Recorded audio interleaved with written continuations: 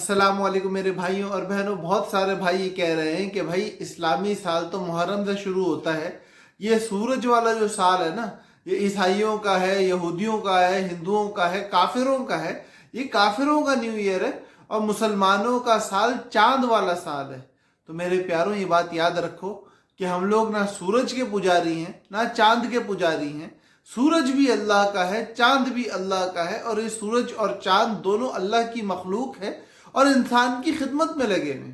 जिस तरह चांद के जरिए से रमज़ान का तयन होता है, हज का तयन होता है, ईदों का तयन होता है और बहुत सारे इस्लामी तारीखों का तयन होता है, वैसे ही सूरज के जरिए से नमाजों का तयन होता है। 5 वक्त की नमाज, सुबह सादिक, गुरूब आफ्ताब, जवाल और ये जितने मिसले अव्वल मिसले सानी, 5 वक्त की नमाजों के जो औकात हैं उसका तयन चांद से होता है। इसी तरह आपका रोज़ा वो कैसे रखना है, कब रखना है? सुबह सादिक से रखना है। सुबह सादिक कब होगी? जब सूरज निकलेगा। तो सूरज से हमारे दीन की बहुत सारी चीज़ें जुड़ी हुई हैं, चांद से हमारे दीन की बहुत सारी चीज़ें जुड़ी हुई हैं। सूरज भी हमारा है, चांद भी हमारा है, और बहैसियत मुसलमान ये हमारी जिम्मेदारी है कि हम दोनों के औकात की रियायत रखें। इसलिए मेरे प्यारे भाइयों, मेरी प्यारी बहनों, खुदा के लिए इस बहस से खुद को बाहर निकालो कि ये काफिरों का महीना है, ये मुसलमानों का महीना है, ये इस्लामी महीने हैं, ये कुफरिया महीने हैं। महीना ना कोई काफिरों का ना मुसलमानों का, सारे महीने अल्लाह के हैं, सारे साल अल्लाह के हैं, सारा वक्त अल्लाह का है। और याद रखें कि अल्लाह नुक्ता नवाज है।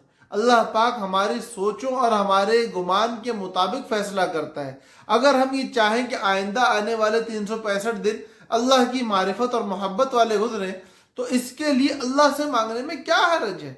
भाई, एक ऐसी इबादत कि जिसको ना सुन्नत समझा जा रहा है, ना वाजिब और फर्ज समझा जा रहा है, सिर्फ इसलिए की जा रही है कि आइंदा आने वाले अय्याम हमारे बेहतर हो जाए, चाहे वो अय्याम तहदीद के साथ हो या बगैर तहदीद के हो, चाहे 365 की कैद लगाई जाए या लामुतनाही जितने जिंदगी के दिन बाकी उनकी बात की जाए।